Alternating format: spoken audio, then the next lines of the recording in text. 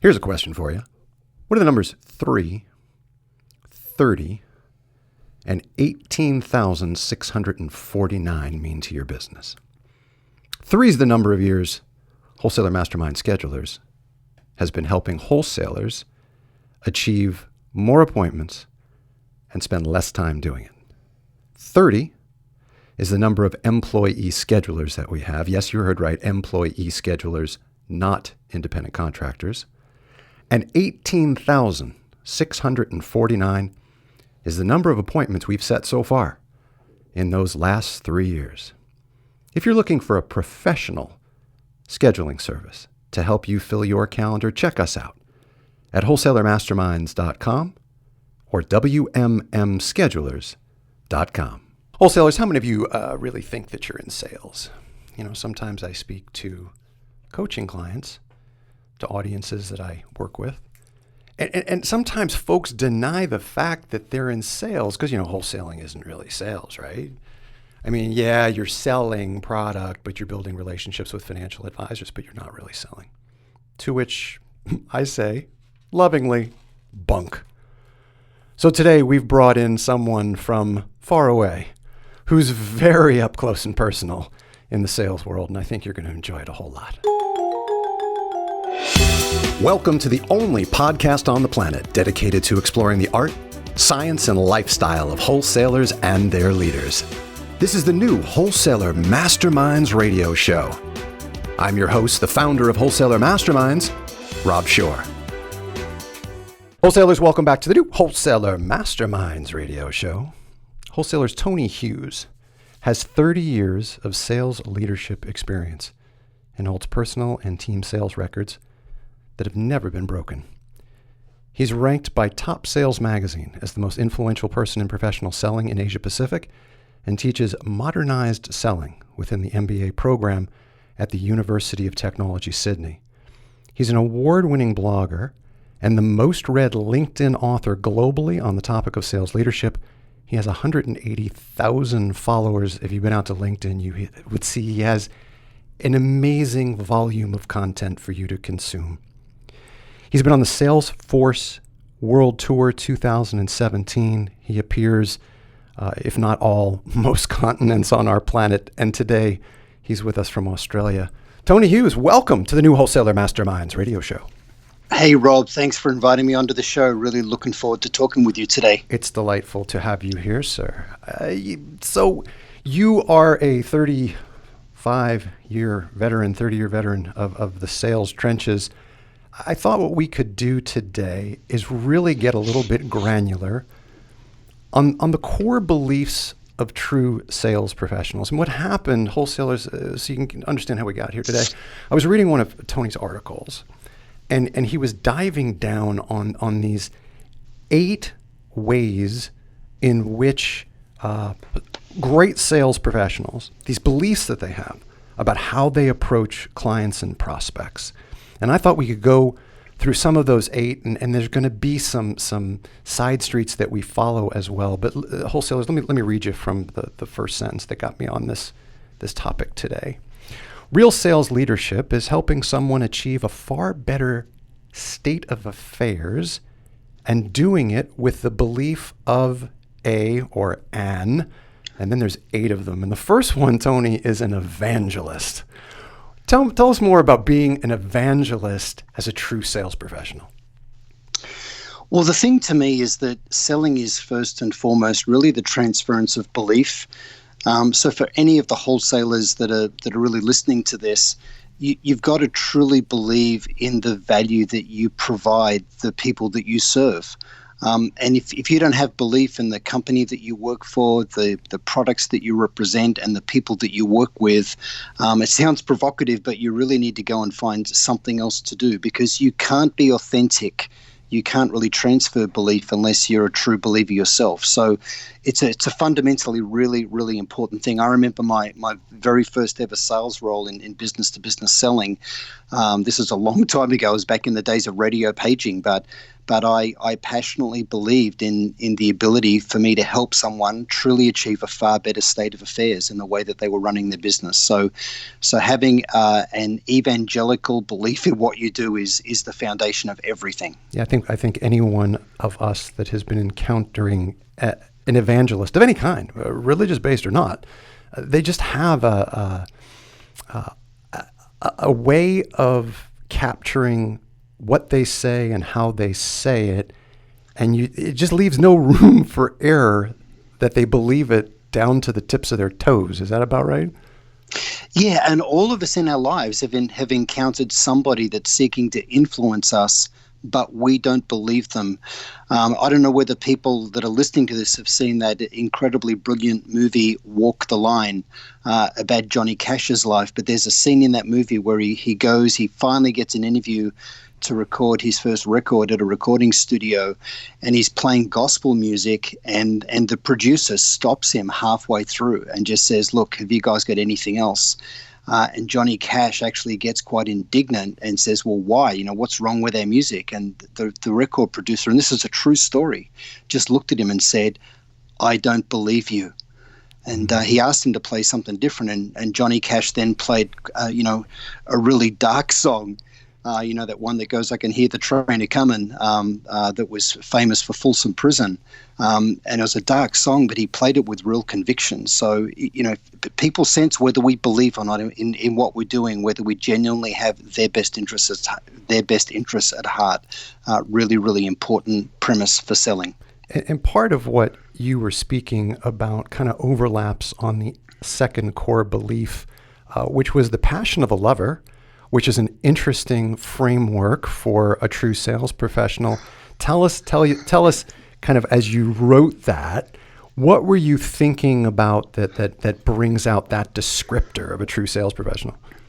Well, the thing is, in my writing style, I try and kind of be the Jason Bourne meets Monty Python of B2B writing. So it's kind of a metaphor that maybe brings up all kinds of images. But the reality is, a really good lover is all about the other person. They're all about the other person rather than themselves. And I'm going to get in trouble with this metaphor, I can just tell this, but we don't, in sales, we don't want to just be going through the motion. We need to genuinely be all about the other person. What are really their needs rather than mine?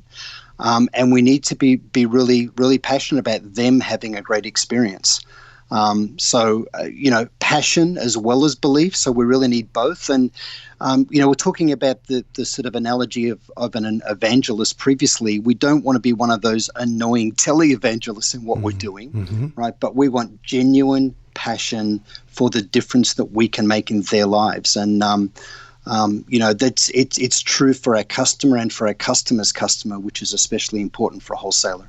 Let's talk about courage, because the third part you talk about is courage of a warrior, and that also goes into another notion that you wrote about in here, which is the whole concept of fear-based activity. And I suppose it's a good place to tie the two together. So tell us what you mean by courage, and then tell us what you mean by embracing fear-based activities, because you have to be courageous to embrace fear-based activities. So tie that all together for us.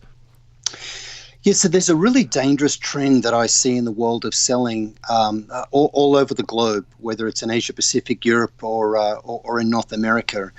And it's really on the back of this trend, and I really don't like the term, but the concept of social selling.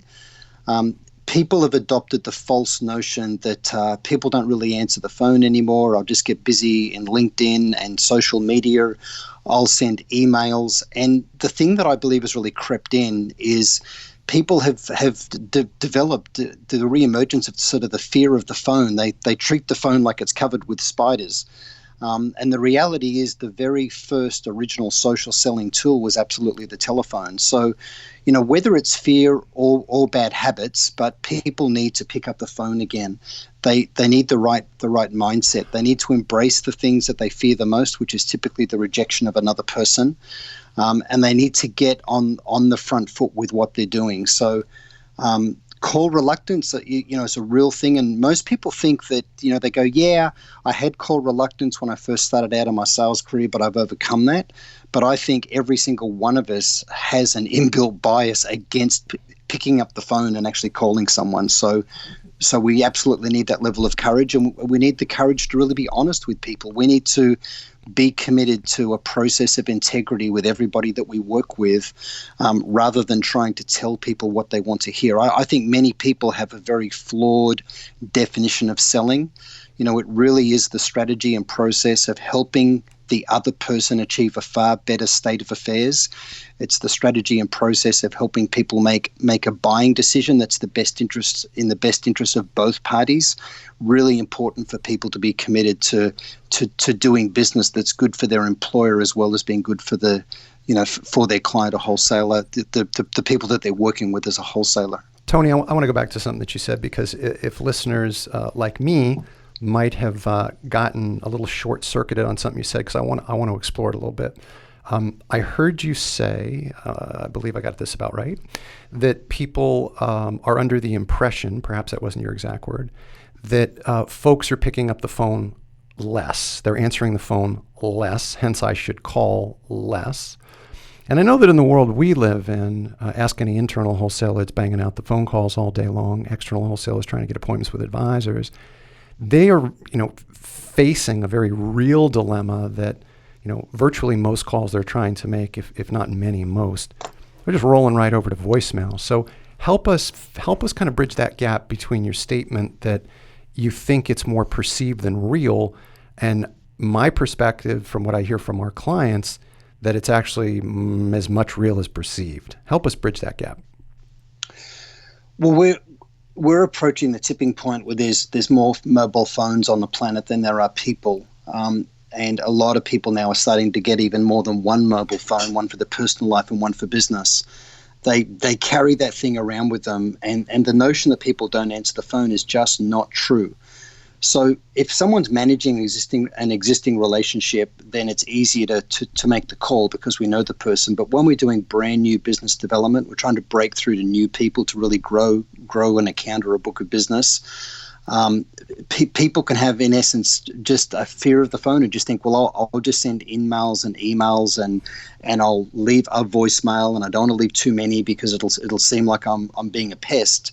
But the reality is we need the right combinations of activity to break through with people today. Every single person worth getting to faces themselves a white wall of noise when they come into the office. We've got to find a way to break through. And the two things that are vitally important if you want to break through is, the first thing is you need the right narrative. You need to be having the right conversation. So rather than talking about your company and the products that you offer and the way that you work as a business, we need to lead with why a conversation should matter to the other person.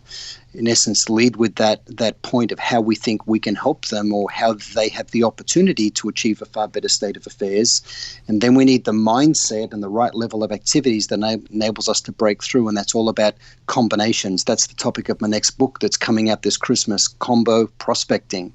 So you need to do phone, voicemail, text message, email, in-mail. You need combinations of things to break through so the person thinks, wow, this person's determined. They're not going to give up. I'll call them back. And that, of course, makes perfect sense. And that was one of the takeaways before you summarized it right there. That was probably the main takeaway that I had from your response to my question, which was it really is about mixing it up. It's about touching the prospect or the existing client in a multiple of mediums through multiple channels, so that they can understand that we're either committed to the relationship or committed to building the relationship. So thank you for clarifying that. So number 1 was evangelist. Number 2 was the passion of a lover. Number 3 was the courage of a warrior. The rigor of an engineer. Yeah, so this really occurs at a couple of levels. So the first thing is to understand that the language of leaders, the language of business, is numbers, dollars, and percentages. So from an engineering point of view, we really need to be clear about the real business value. So beyond just the emotional value, which is what the first few points are about, how do we really engineer value for the person that we're working with?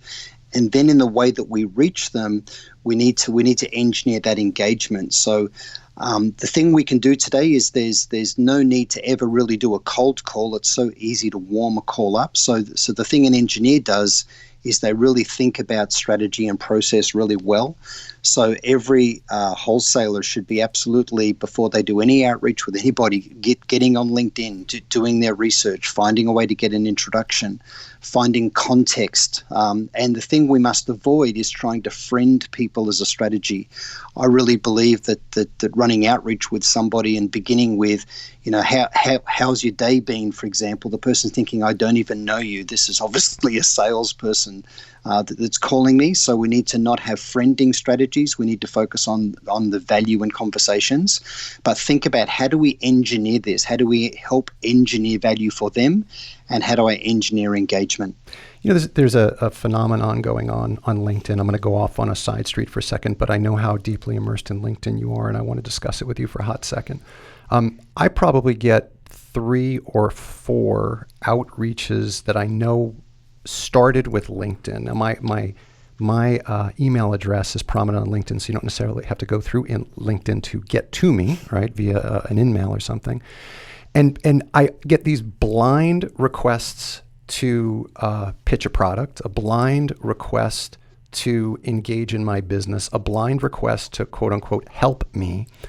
And I would say that 3.5 times out of 4, maybe 3.75 times out of 4, they're completely off base. The person has not done any research. They do not understand my business. They don't even understand the niche I work in. They just pummel me with, I will help you with SEO development. I will help you with accounting. I will help you with whatever I'll help you with. A, do you see that as a phenomenon? And B, do you have any thoughts about it? Yeah, I see exactly the same thing. I get bombarded like you do. One of the sins of selling is to connect and sell. So again, when you think about this whole thing of operate like an engineer, you want to engineer engagement. The first thing in social selling as a principle is connect with someone and provide value. Don't connect with them and try and sell. And there's no excuse for trying to pitch to somebody in a way that completely misses the mark when it is so easy to do the research. Mm-hmm. So it annoys the hell out of me as well. Let's talk about the next one, which is interesting, and I'm probably going to need a good definition and explanation of what it really means because I don't know. The thoroughness of a forensic accountant. Well, there's accountants, auditors, and all kinds of other people in financial services, right? But the thing a forensic accountant does is they're really good at following the money and going deep to really uncover root cause and find out what's really going on. And the thing to me is any wholesaler, any B2B salesperson, what this really speaks to is we really need to be good at doing territory planning, segmenting our client base, analyzing where we're getting the best return on our time, because there's no shortage of prospects or clients and accounts that we could be having conversations with. What there's a shortage of is hours in the day in which we can go and be successful. So territory planning is really important. Understanding our accounts and segmenting them and where we're going to get the most yield, which of our products we should be focusing on, where the best cross-sell and upsell opportunities are. So really doing the analysis. Every individual seller needs to be good at doing this themselves. Normally in every organization, every wholesaler organization, there'll be marketing teams and folks that are helping direct, saying, really go and focus on these things. But it's the responsibility of the individual salesperson to make sure that they're being effective with their most precious resource, which is their time. What dawns on me, Tony, when I think about this whole notion of engineer and forensic accountant, the one piece that you ran up very close to, but didn't necessarily mention, not knowing this world as intimately, of course, as we do, and that's the notion of wholesalers, you thinking about this engineering piece or thinking about this forensic accounting piece from the firm's perspective. I wrote a piece recently, Tony, on our blog, which was about how to survive the next recession. And historically, when the recession comes in financial distribution, not unlike many companies, margins start to compress, profits start to shrink. We need to make some hard decisions about what we're going to do in terms of the structure of the organization. And that might include some HR decisions about how much headcount we're going to keep and which of those heads are going to stay and which of those heads are going to go. Wholesalers, number one, if you haven't read it, go read it. Number two, if you have read it, you understand that part of your rigor, we'll put it in the parlance that Tony's talking about, part of your rigor as an engineer, part of your rigor as a forensic accountant is to be able to understand correctly what does the firm want from you? What are the firms that you should be focusing on? What are the advisors you should be focusing on? Which ones are higher profitability? Which are lower profitability? Not every advisor is a great advisor for every firm. So it dawns on me, Tony, that's another piece of your engineering and forensic accounting that we need to be mindful of as sellers. Yeah, I really think that's great advice for everybody listening to this. Let's talk about the diplomacy of a politician. Yeah, so the thing I found in selling is that salespeople are often really good at, in essence, being quite aggressive. They really want to go and drive an outcome. And yet we need to be able to sell internally as much as we do out there in the marketplace. So it's really important to have the support for resources and the way that we want to construct business with people internally. But the other thing is every buyer organization, so those organizations that we're working with that have the people that are going and engaging directly in the marketplace, they'll have their own set of politics. And people don't always make rational, logical decisions. We are emotional creatures, and the thing that's important is we need to understand how we can manage the politics inside an organization. So who is really in the power base? What is the law of self-interest going to dictate that people are going to want to do? And especially when you look at how you're wanting to dislodge one of your competitors in another organization and get them to start to work with your products and services, that you're taking to market, is you need to understand, well, why would that be in people's best interests? How can I engineer this kind of decision internally and actually manage the politics in an organization? Because when you get a group of people, you always end up with politics. So we need to really think about that. Politics can easily turn into something negative. We need to always keep it very, very positive, but really think about the personal outcomes that people are trying to achieve inside organizations. So aside from the sheer determination and tenacity, and maybe that's where you're headed, what are the other attributes of the next core belief, and that is to have the mindset of a marathon runner? So one of the biggest problems I see today is that people will have this peak and trough sort of performance line with their own selling. Is they'll have good months and good quarters, and then they'll have ones that just aren't so good. And the reality is, if you want consistent results, you need consistent inputs. None of us can manage results, really. All we can do is manage the activities that feed into our sales objectives that will then create the results. So the thing about a marathon runner is they just understand, I just need to keep doing this at consistent pace, one foot in front of the other. I just need to keep going. It's not about short sprints. So every seller needs to have the habit and create the cadence of every single day. There's at least an hour, like minimum an hour, that they're putting into new business development. Right? They're thinking about trigger events inside their customer base that can be reasons for running outreach and creating conversations. They need to obsessively be thinking about referrals, because trigger events and referrals, both of them individually and then together, are incredibly powerful, but both of them represent the fastest path and the highest probability to winning a new relationship and making sales. So this thing of marathon runner is just absolutely be consistent every single day to doing what you need to do. One of the things, wholesalers, that I heard Tony say in there is something you've heard us speak about frequently, and that is you take care of the numbers and the numbers will take care of you, which is kind of a great heading over so much of what Tony just said about this notion of being a marathon runner and putting one step in front of the other and taking care of your daily and weekly and monthly responsibilities. So Tony, we definitely can relate to that. Let's talk about the last one, which is the discipline and determination of a world champion martial artist.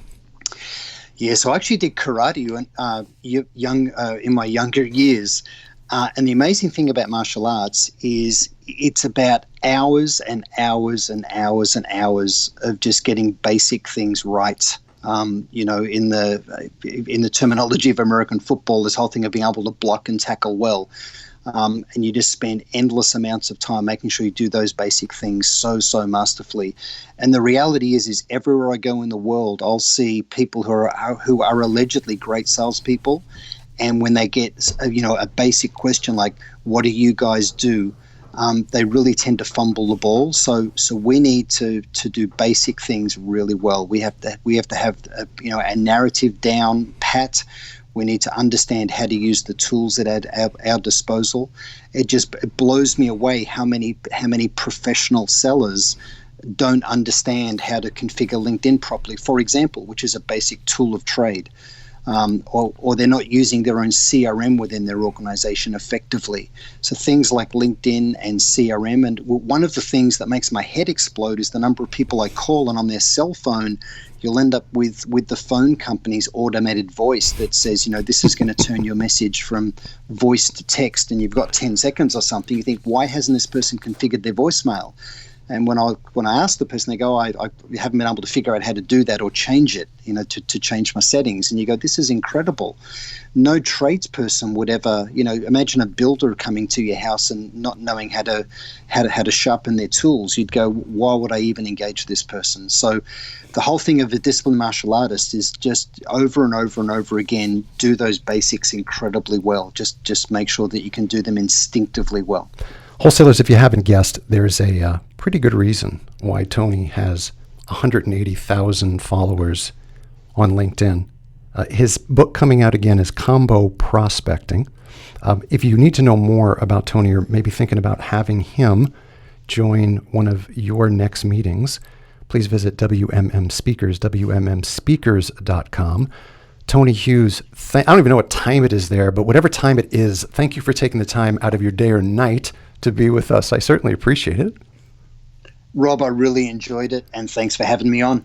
Wholesalers, come back next time for another episode of the new Wholesaler Masterminds radio show. You'll find all of our content at wholesalermasterminds.com, and the podcast can be found at iTunes, Stitcher, and Google Play.